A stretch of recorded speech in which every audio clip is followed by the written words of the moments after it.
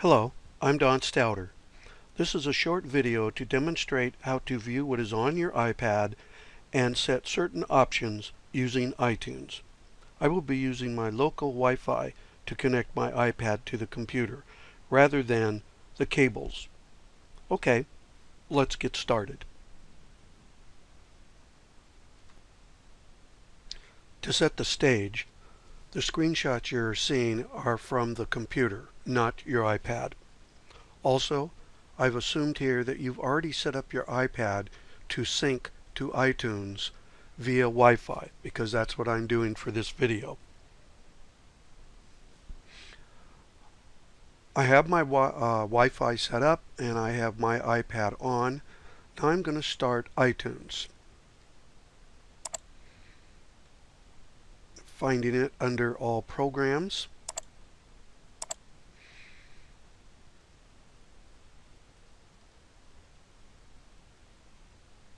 Right here, I'm clicking on iTunes.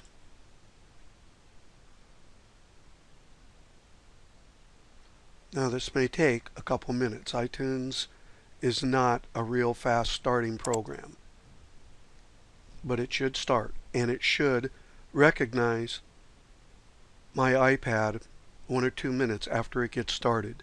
We'll see that in just a few seconds. As you can see, iTunes is beginning to run. So far it hasn't seen my iPad. Okay, now my iPad has shown under the devices on the left-hand side here. I'm going to give it just a couple more seconds. Notice there is a spinning arrowhead. It's now reading my iPad. And what I suspect is going to happen is underneath Don's iPad 3 has just happened. You're going to see music, movies, TV shows, and books. You'll see something similar on your iPad. Right now it has seen my iPad, it recognizes it, and now I'm going to click under devices for my iPad. Now the screen changes on the right hand side. You can see its summary. It's summarizing, or is the summary screen for my iPad, which I call Don's iPad 3. As you can see at the top here, it gives you some information about my particular iPad, including the current version of the iOS system that's installed on my iPad, as well as its system serial number. Now, down here in the backup section, I've chosen to back up my iPad on my personal. So I've chosen to back up my iPad onto my computer rather than to iCloud. I believe the default setting is the iCloud. I chose not to do this because I have a lot of data and photos on my iPad, and it would exceed my free storage space on iCloud. But again, this is probably how yours is set up. Back up to your iCloud. So you probably need to think about that, but you definitely need to back up your iPad. Pretty much this backup section is pretty self-explanatory. I could back it up now. It does tell me the last time I did back up on this particular computer, and I could even encrypt my backup if I wanted to. I chose not to do that. I could back it up now, as I said a minute ago. Let's go down into Options. Open iTunes when this iPad is connected. Now that was set, that's why my iPad opened up automatically. Sync this iPad over Wi-Fi, same thing. I said that was assumed to be set before I started this video tutorial. You may first want to connect your iPad to your computer with the cable and then set these options next. Otherwise you may not see your iPad. I do not want my music and videos that I may have in iTunes to be automatically synced, so I'm going to do that manually. That's why I have that one checked. That's about all on this screen that I want to cover. Let's go on to the information screen. Info on the sub menu bar. Now I am on Outlook. I use Outlook for my calendar, my to-do list, and my email.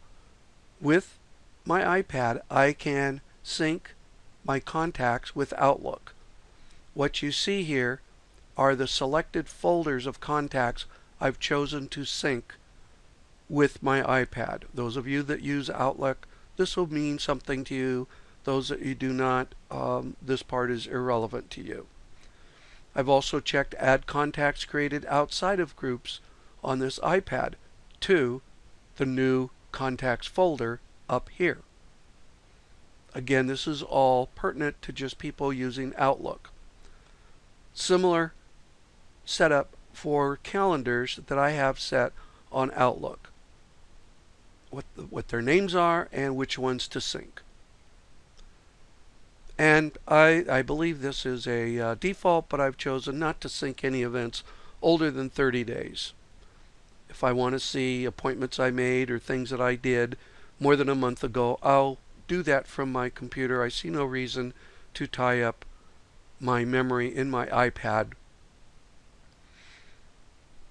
Now my mail accounts. I've chosen the only mail account to use and to sync with my iPad is my primary mail account, which is the one I monitor in Outlook. However, I could add others.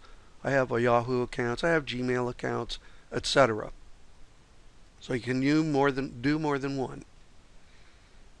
I have a lot of bookmarks, or what's called favorites in Internet Explorer, and so I have chosen to sync those with my iPad. And again, if you're using something like Chrome, you may have the same options. And there are notes in the Notes app of your iPad. I'm syncing the notes with the notes that I make in Outlook, which are not that plentiful, but I am syncing to whatever I do make. Now, advanced. Replace the information on this iPad. In other words, if I wanted to kind of initialize all this information on my iPad for one reason or another, I could put check marks by any and all of those and then go ahead and perform that operation. If I want to sync right now, I could click on sync.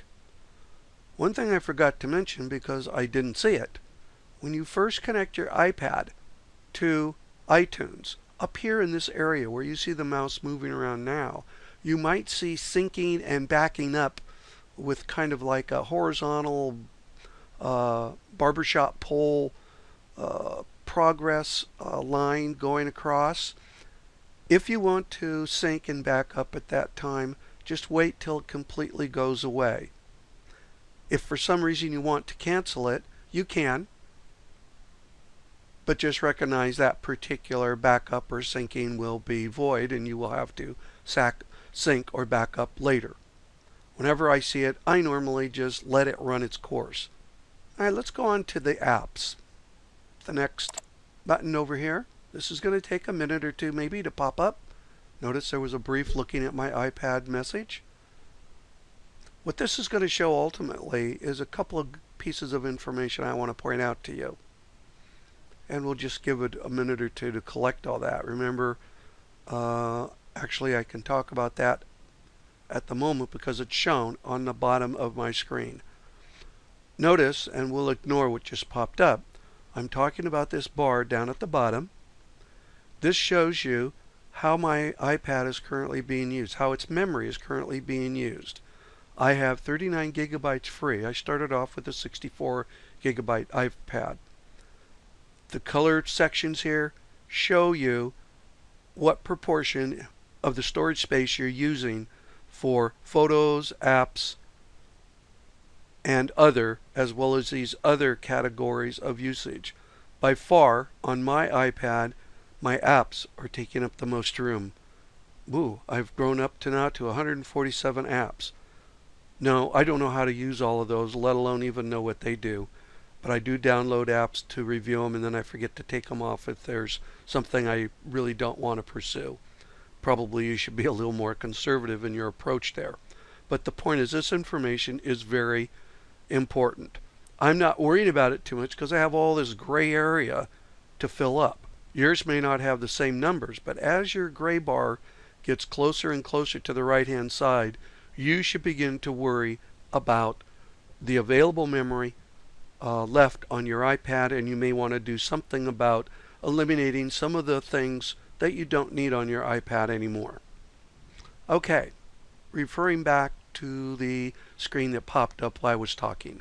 What you see here on the right are the pictures of the various pages that I have actually on my iPad as it is currently configured while it's being connected to iTunes. I've got 9 pages.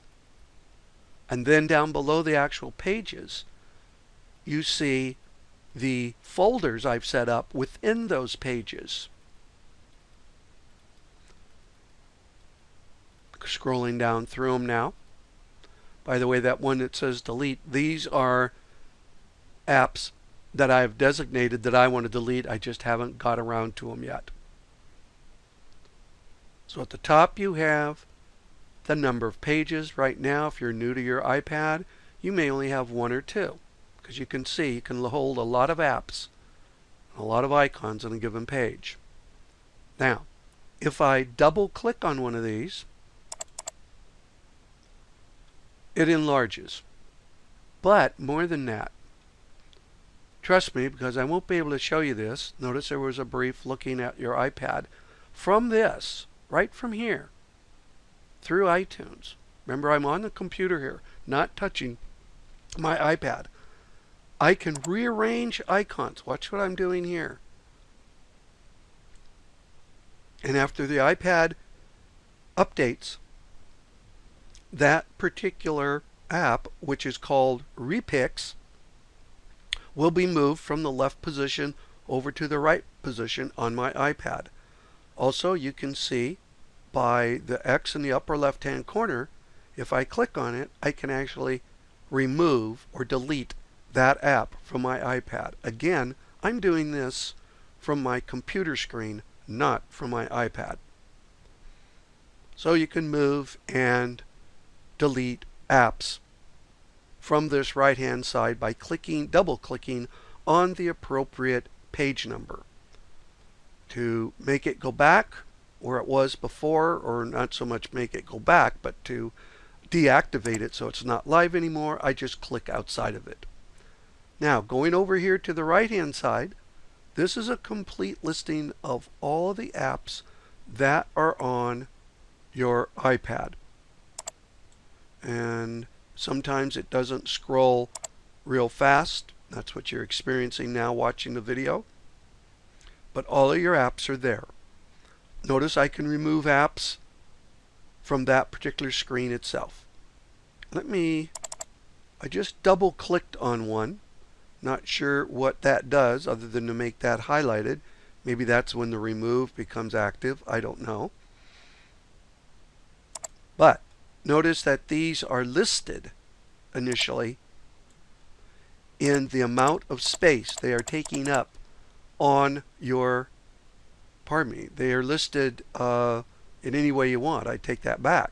I didn't look close enough. Right now they are listed, sorted by alphabetically by the name of their app.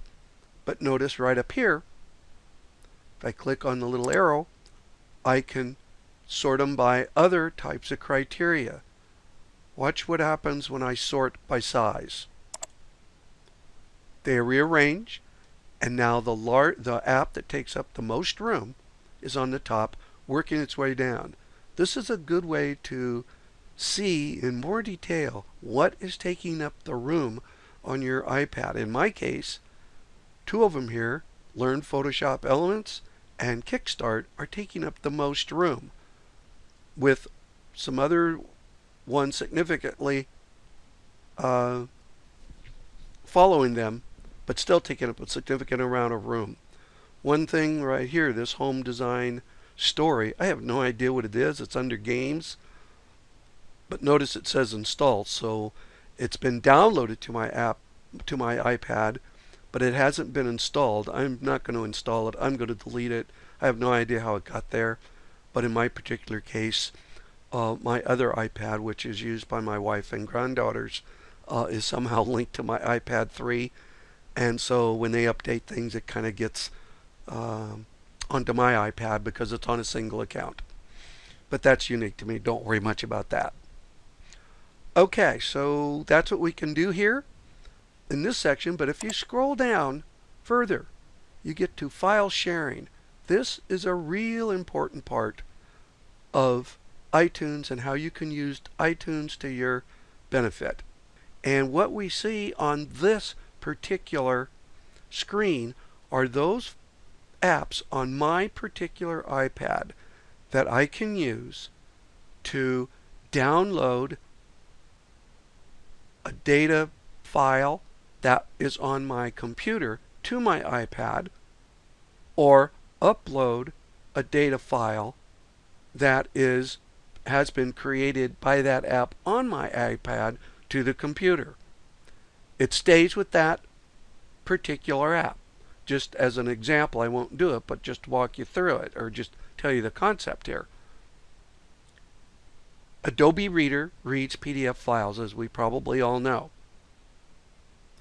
If I click on it, after a few seconds, all the PDF files that the Adobe Reader app has been used or can read are listed here. If I want to add more, I would click on Add. If I wanted to save one of these apps, or one of these documents, let's say this one right here, if I wanted to save that to my computer, if it wasn't there already, I could click on Save To. Add to add new documents to Adobe Reader. Save to take one of the documents already on my iPad and associated with Adobe Reader and save it to my computer. In my classes, we go through this as an exercise, so I'm not going to dwell on it here. However, I just want to point out, down here, there is another app that reads PDF files. If I click on it, after a few seconds, those files that have been opened or that are available on my iPad that this app can get to would be listed here. Notice, even though it is a PDF reader and certainly can read those PDF files that I found underneath Adobe Reader on my iPad, there are none listed here. So what I'm trying to say here is that the documents that are on your iPad, they are associated to, normally speaking, just a single app. And if you want to have that same document available to look at by two different PDF readers, in my case here, you would have to have two entries of it, which means it's taking up double space on your iPad. That's just the way things work.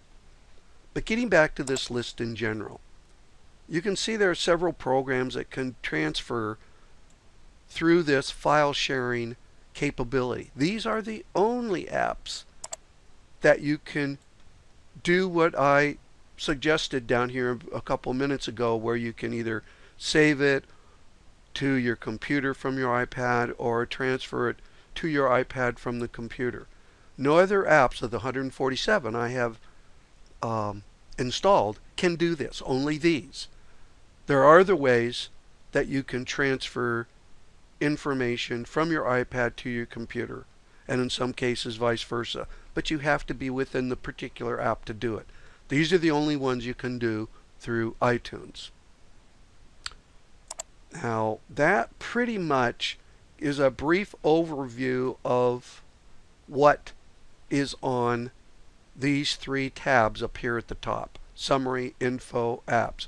And as you can see, you need to study them and determine for yourself, in many respects, how you're going to set up your iPad or how you want to look at your iPad. We haven't talked about these let's call them folders for lack of a better word here: music, movies, TV shows, and books. On my iPad, under music, if I click there, and notice up here it is actually doing some work.